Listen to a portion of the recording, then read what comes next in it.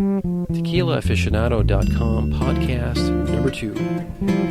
This is Alex Perez, editor and founder of TequilaAficionado.com. On this podcast, I had the privilege of speaking with my good friend Mike Morales from the New Mexico Tequila Experience. Back in July, we met at El Cholo restaurant in Pasadena, California, had a great meal, and we talked tequilas. And we had a chance to taste some of them also. We tasted Siembra Azul Blanco, Jarro Viejo Reposado, and Dos Lunas Blanco and Reposado. Due to the length of the show we recorded, we divided this show into 2 segments. We had such a great time that I decided to share these shows in their unedited form. We hope you enjoy listening as much as we enjoyed recording it. This is Alex Perez, TequilaAficionado.com, and I have the privilege of being with Mike Morales. Hi, Mike. Hey, Alex. Privilege, I think, is a very strong word, but thank you for having me. It is a privilege. And Mike, of course, is with the New Mexico Tequila Experience, and he's actually visiting in Southern California, and we are actually at a beautiful restaurant in Pasadena, Southern California, El Cholo restaurant. This is Blair Salisbury's restaurant, who have the famous El Cholo restaurants that have been around for quite some time. He actually built this one from the ground up, so it's a beautiful restaurant. What do you think? It's gorgeous. The ambiance is wonderful, and of course, my favorite part of it is the tequila bar. A very extensive tequila bar. The prices are very, very good. Maybe it's not as trendy as some of the other places in L.A. and in some of the other areas, but I'll tell you what, for the aficionado, for the purist, who really just wants a good dinner and a good meal and a great tequila, one of the better tequila bars I've seen. Very reminiscent of the ones we have in New Mexico. Yeah, what do you think? About 100 tequilas or so? Just about. And looking at the menu, looking at the bar, there's more in the bar than there is listed on the menu. So maybe 100 plus, and new ones coming out every day. Yeah. You know. Well, listen, we are going to taste some tequilas too. We got some stuff in front of us. You actually brought some Dos Lunas. Tell us a little bit about that. Dos Lunas is a brand new tequila from the same distillery that brings us Herencia de Plata, Tequilas del Señor, and these folks put out Herencia de Plata. Herencia Histórico also comes from the same distillery. These these gentlemen are from El Paso, Texas. And the interesting story is, from what the public relations company told me, is that the owner of Dos Lunas, of the brand Dos Lunas, he and his partners, within less than 2 years, came up with a concept, the idea, produced it, and they are now putting it on the market. I understand now that it is out in the El Paso area. I believe that Dallas is very, very soon. I know today is the launching in Albuquerque, which unfortunately I'm missing, but gratefully I'm here in LA. And next week you'll catch these folks in Denver. They'll be launching the product in Denver, and I think we're gonna come up with a consensus as to what we think it tastes like. But the bottles are beautiful, very stunning bottles. Right now they only have a silver and a reposado, and the añejo should be out sometime next year. Very good. I went up to their website. I guess it's doslunas.com, and very interesting website. It took me a little while maybe to get to the information I wanted to get to, but if you're into the flash type of a website and the movie type of website, it's got some neat graphics, and it looks like it's geared towards the younger crowd. Obviously, it is. That tends to look. It looks like that's the market that they're headed in that direction. However, if you look at the bottles, it's a very elegant looking bottle. It's kind of a cross between. Some people say it looks like a shampoo bottle. Other people say it looks a little bit like an obelisk or an idol of some sort. So it's very, very different, and it is similar to the vodka, what they call window bottles, where you see through it and they have a graphic behind it. So it's very stunning. It's something to look at while you're sipping tequila. Very good. We'll get a chance to taste that, and also we're able to get a hold of a another tequila, Siembra Azul Blanco. They were kind enough to send us a sample so we could try it. We'll be trying some of that. And also, we have a bottle of Jarro Viejo Reposado. And Mike, you've never had a chance to taste this before? I've not seen it. New Mexico, we haven't seen it in New Mexico. Doesn't mean that it won't be there. With the in the past, I was involved more closely with new tequilas coming into the state, and lately it's been very slow due to other things that maybe we'll discuss later on. But no, I have not seen this one. Yeah, I'm not quite sure if it's if it even has an importer just yet.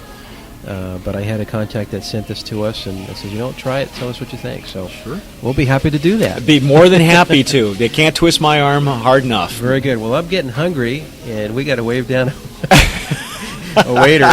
But talking about food, I really like this place. El Cholo, like we mentioned before, has a wide array of tequilas. They usually try to have tequila tastings whenever they can.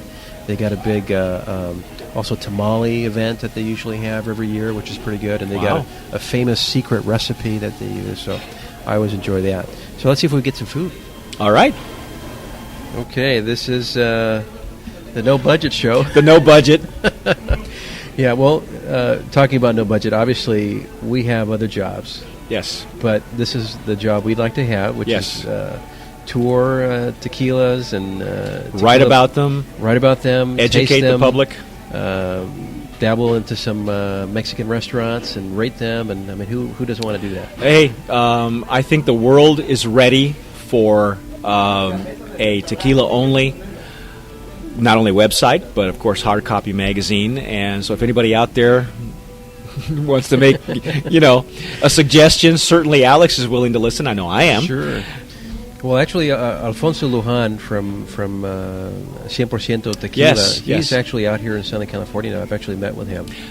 And I saw the interview on your website. Yeah, and he's got a very good magazine. I know he's trying to basically get out there and do some more coverage. He has obviously his contacts in Guadalajara and Mexico, and he's doing, I think, a decent job because he's trying to bring the 100% tequila out to the public so they get to know what it is. Isn't he also involved with a tequila also?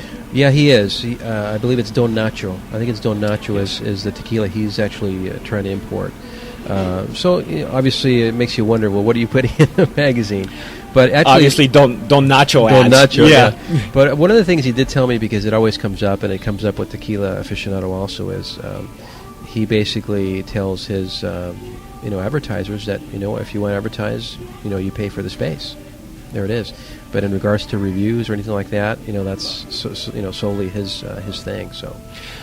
I think I know that Cigar Aficionado does the same thing, and really, that type of review adds more credibility to a tequila or to a cigar when it's an honest review, because then it means much more to the cigar maker, the tequila maker, producer.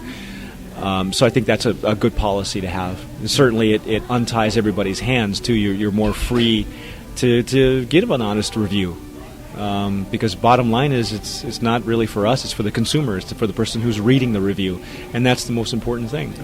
Now, I know, and I'm sure you know also that, for example, Wine Spectator, who also has Cigar Aficionado, has a lot of times been criticized for the types of reviews they have in conjunction with the type of advertising they have.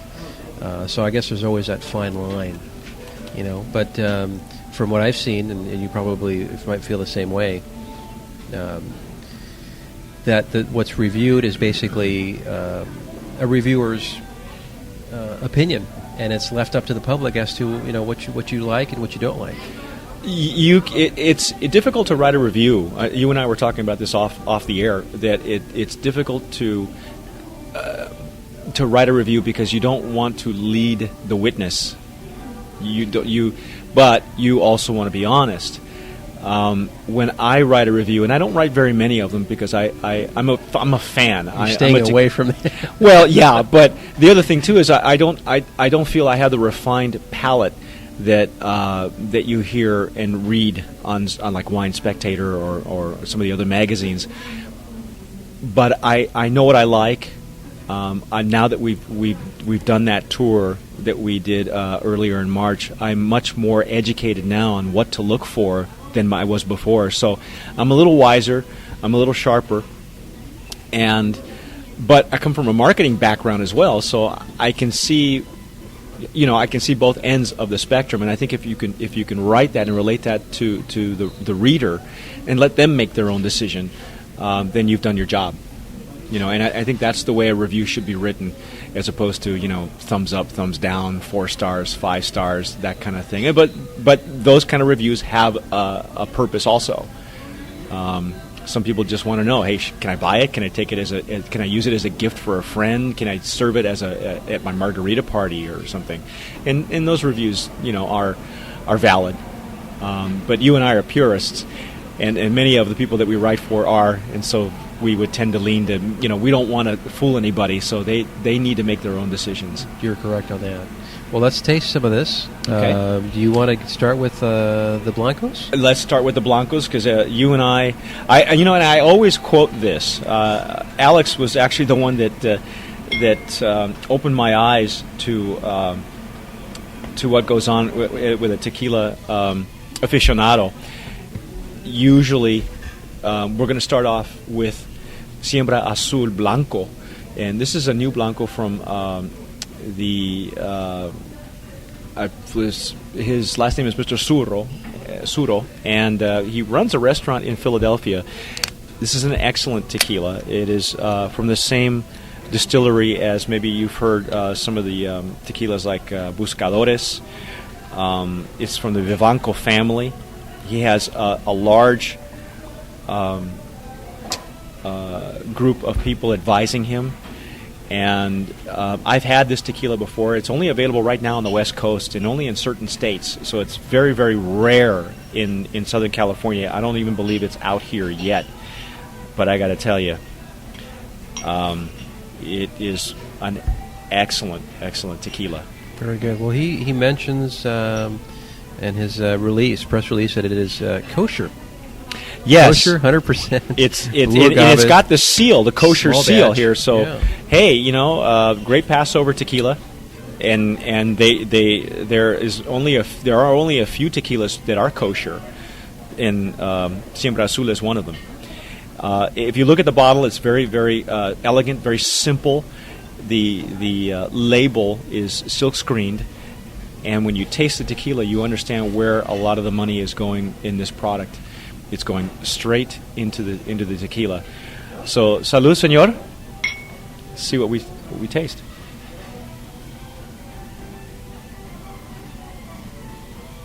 It's a nice agave nose.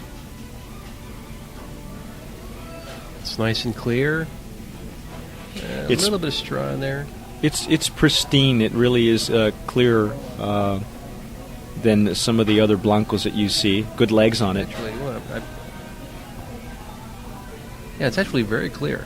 Yeah, I was putting it up and I caught some of that yellow lamp. Yeah, the lighting here is obviously not, very good, conducive to a cata, but certainly. Let's try it.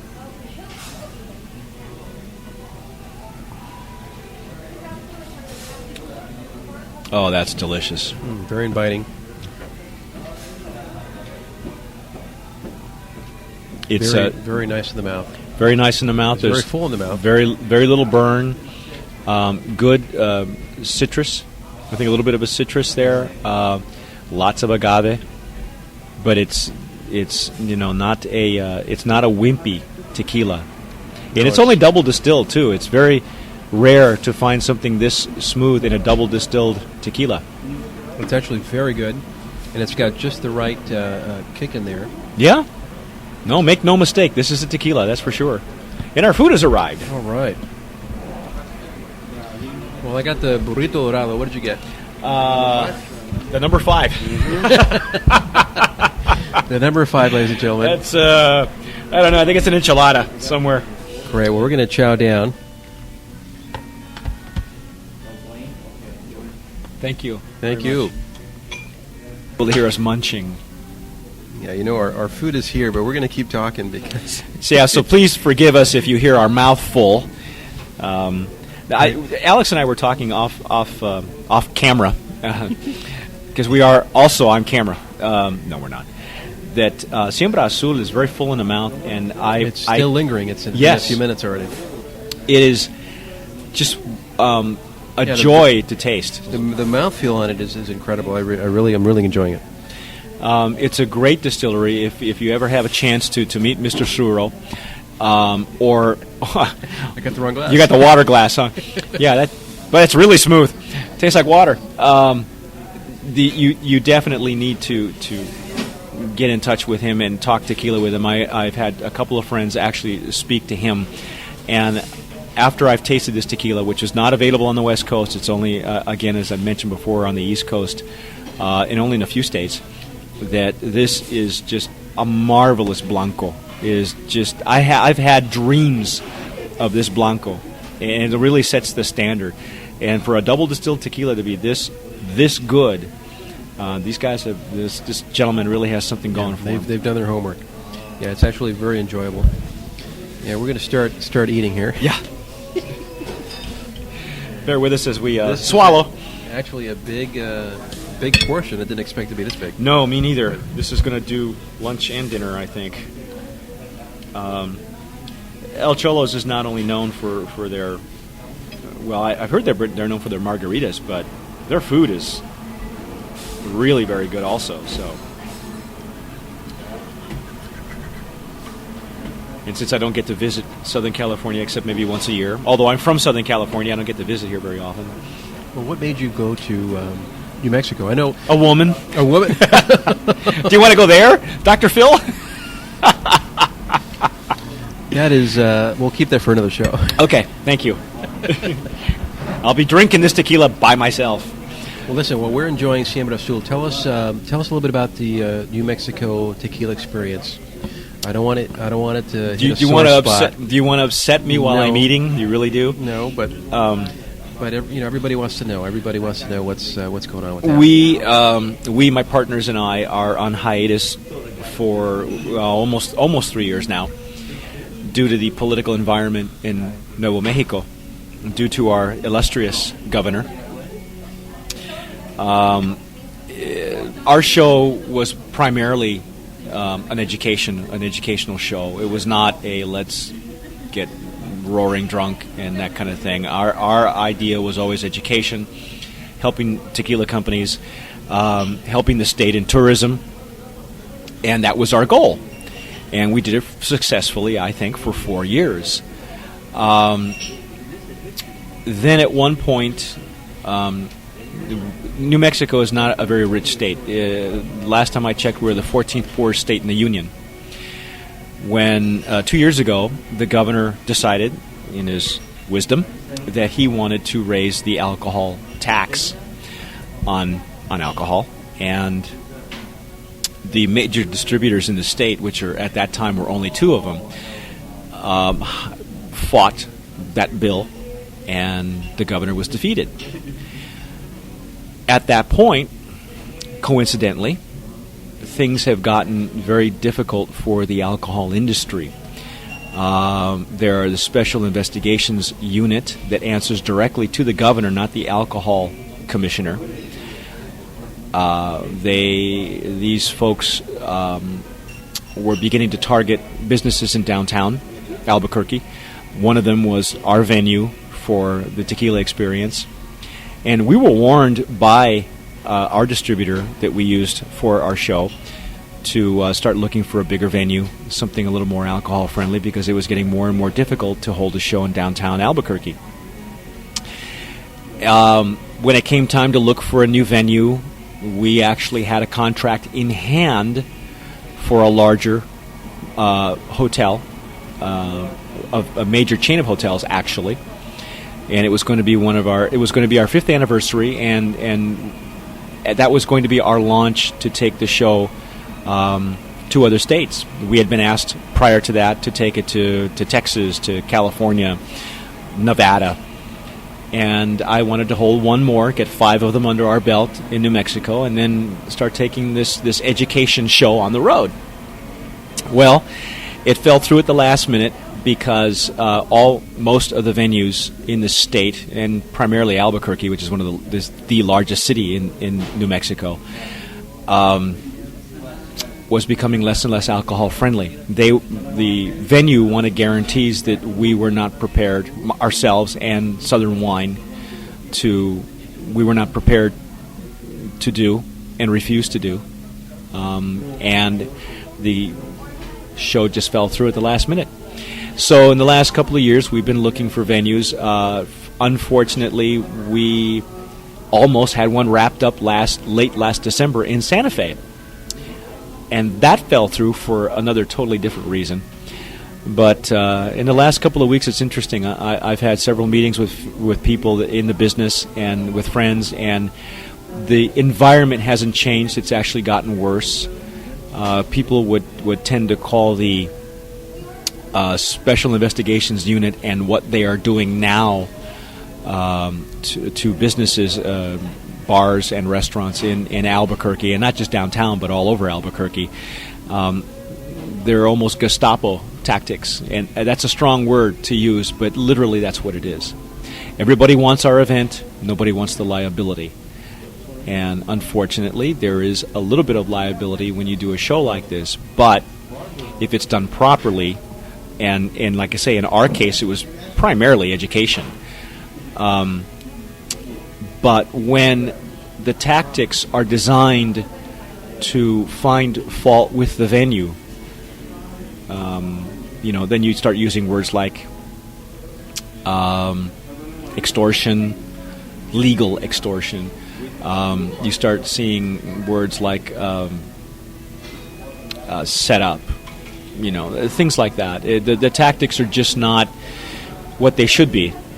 And the word on the street is that it comes from on high. And it's sad. It's unfortunate.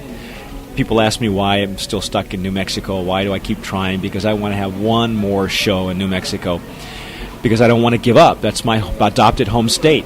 And when you're doing good for your adopted home state, which has a history with tequila, that's the other thing too. I mean, New Mexico has a history with tequila, with our passion here, and you can't promote it because of somebody's political agenda and tactics, and the word vendetta comes out once in a while. It's not right. And that's where we are. That's where we're trying to find an alcohol-friendly venue. We're trying to produce this show so that our customers and our fans and the people that hear about us don't have to look over their shoulders afraid of being caught doing something that would be construed as illegal. And it's very difficult to do. It's a darn shame. It's a really darn shame because you've done some great work in New Mexico. I've actually missed all those shows. Yeah. I had planned on coming to the 5th show, and unfortunately that fell through. But hopefully it'll come through. If not, then I don't know. You might want to take it on the road. I may bring it over here to L.A. Well, that's very possible. We'll talk about that off the air. Yes, we will. We'll come up with a plan. But we're not dead yet. We are still actively always seeking venues. I have one more that I would like to solicit in the early fall as soon as I'm done with current articles that we're working on for Tequila Aficionado, and concerning our historic distillery tour. Very good. It's hard to kill a tequila aficionado. Don't you think? Yeah. It's harder to kill a tequila aficionado than it is to kill the tequila, I think, because dead soldiers abound, at least in my home. But yeah, it's there's a way to skin this cat, as we like to say, and hopefully, God willing, we'll be able to do one. People will see the light, and we'll produce a great show, and then take it on the road. And one of my stops would be Southern California, which is where I'm from originally. So definitely. Very good. Well, we're rooting for you Thank get you. that show going in New Mexico. For part 2 of this podcast, please listen to podcast number 3. Thank you for listening, and until next time, sip wisely.